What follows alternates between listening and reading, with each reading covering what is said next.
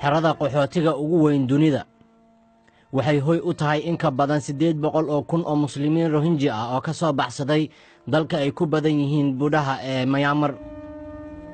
Dr. Ramez Momeni, Genevieve Jones iyo Sarah Wade waxa ay dunida ku soo caawiyeen qaxooti badan, balse hadda uma diyaar garaysna waxa kaga horeeya halkan. safarkooda waxa uu ka bilaabanayaa ilinka xerada oo ay ku caawinayaan qaxooti cusub.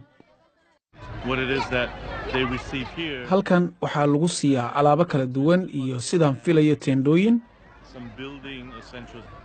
laakiin shaqaalahan gargaarka waxay xerada gudaha u sii galayaan meel 2 saacadood loo soconayo si ay xarun caafimaad uga furaan.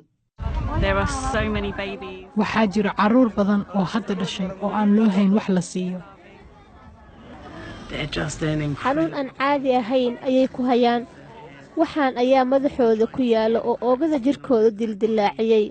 marka waxaan u marinaynaa kareen. maanta joogsi ma lahayn hawsha.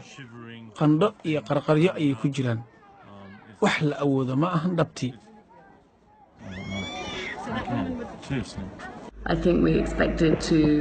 waxaan filaynay caaweyaal badan oo aan la shaqayno. kuwo badan oo ku sugan Suuriya oo hay'ado badan ay joogaan oo dhulka ay dadka ku caawinayaan. waxaan filaynay in halkan ay la mid noqoto, mana ahan. dadkan caawin la'aan ayaa haysataa.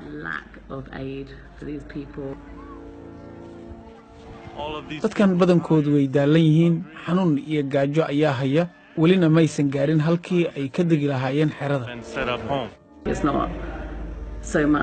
in halkan la joogo aad uma dhibadno. annagoo og inaan ka tegayno dad xaaladdan sidaan u xun ku jira.